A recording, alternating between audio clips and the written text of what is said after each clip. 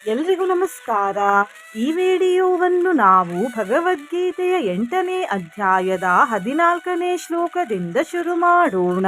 ಶ್ಲೋಕವು ಹೀಗಿದೆ: ಅನನ್ಯಚೇತಾಃ ಸತತಂ ಯೋ ಮಾಂ ಸ್ಮರತಿ ನಿತ್ಯಶಃ ತಸ್ಯಾಹಂ ಸುಲಭಃ ಪಾರ್ಥ ನಿತ್ಯಯುಕ್ತಸ್ಯ ಯೋಗಿನಃ.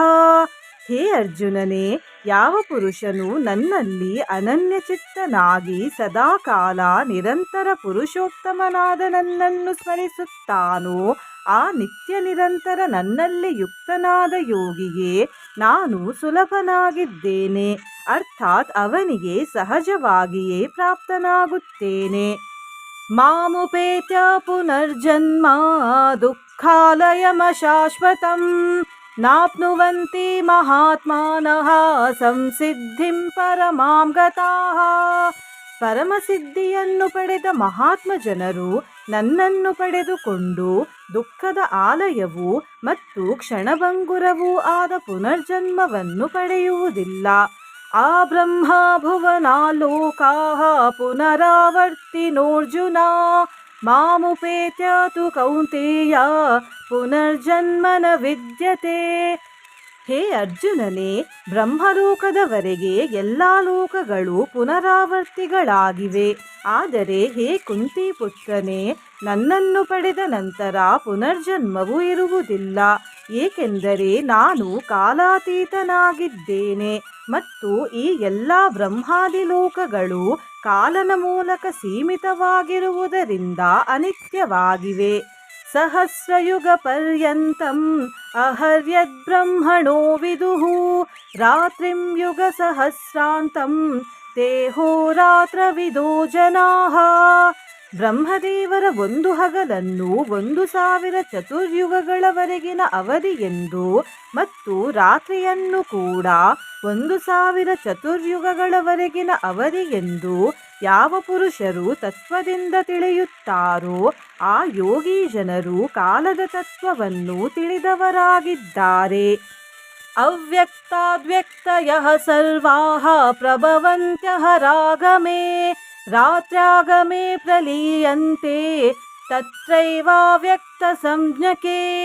ಪೂರ್ಣ ಚರಾಚರ ಪ್ರಾಣಿಗಳು ಬ್ರಹ್ಮನ ಹಗಲಿನ ಪ್ರವೇಶ ಕಾಲದಲ್ಲಿ ಅವ್ಯಕ್ತದಿಂದ ಅರ್ಥಾತ್ ಬ್ರಹ್ಮನ ಸೂಕ್ಷ್ಮ ಶರೀರದಿಂದ ಉತ್ಪನ್ನವಾಗುತ್ತವೆ ಮತ್ತು ಬ್ರಹ್ಮನ ರಾತ್ರಿಯ ಪ್ರವೇಶ ಕಾಲದಲ್ಲಿ ಆ ಅವ್ಯಕ್ತ ಹೆಸರಿನ ಬ್ರಹ್ಮನ ಸೂಕ್ಷ್ಮ ಶರೀರದಲ್ಲಿಯೇ ಲೀನವಾಗುತ್ತವೆ.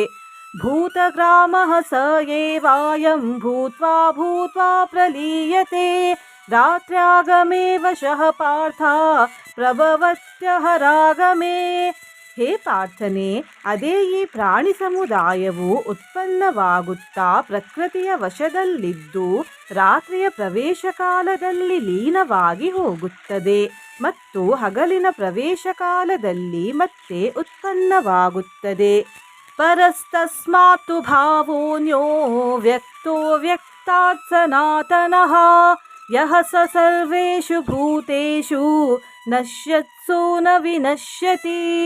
ಆದರೆ ಆ ಅವ್ಯಕ್ತಕ್ಕಿಂತಲೂ ಕೂಡ ಅತಿಶ್ರೇಷ್ಠವಾದ ಇನ್ನೊಂದು ಅರ್ಥಾತ್ ವಿಲಕ್ಷಣವಾದ ಯಾವ ಸನಾತನ ಅವ್ಯಕ್ತ ಭಾವವಾಗಿದೆಯೋ ಆ ಪರಮ ದಿವ್ಯ ಪುರುಷನು ಎಲ್ಲ ಭೂತಗಳು ನಷ್ಟವಾದರೂ ನಾಶವಾಗುವುದಿಲ್ಲ. ಅವ್ಯಕ್ತೋಕ್ಷರ ಇತ್ಯುಕ್ತ ಸ್ತಮಾಹುಃ ಪರಮಾಂ ಗತಿಂ ಯಂ ಪ್ರಾಪ್ಯ ನ ನಿವರ್ತಂತೆ ತದ್ಧಾಮ ಪರಮಂ ಮಮ. ಯಾವ ಅವ್ಯಕ್ತವು ಅಕ್ಷರವೆಂಬ ಹೆಸರಿನಿಂದ ಹೇಳಲಾಗಿದೆಯೋ ಅದೇ ಅಕ್ಷರವೆಂಬ ಹೆಸರಿನ ಅವ್ಯಕ್ತ ಭಾವವನ್ನು ಪರಮಗತಿ ಎಂದು ಹೇಳುತ್ತಾರೆ. ಹಾಗೂ ಯಾವ ಸನಾತನವಾದ ಅವ್ಯಕ್ತ ಭಾವವನ್ನು ಪಡೆದ ಮನುಷ್ಯನು ಪುನರ್ಜನ್ಮ ಪಡೆಯುವುದಿಲ್ಲವೋ ಅದೇ ನನ್ನ ಪರಮಧಾಮವಾಗಿದೆ.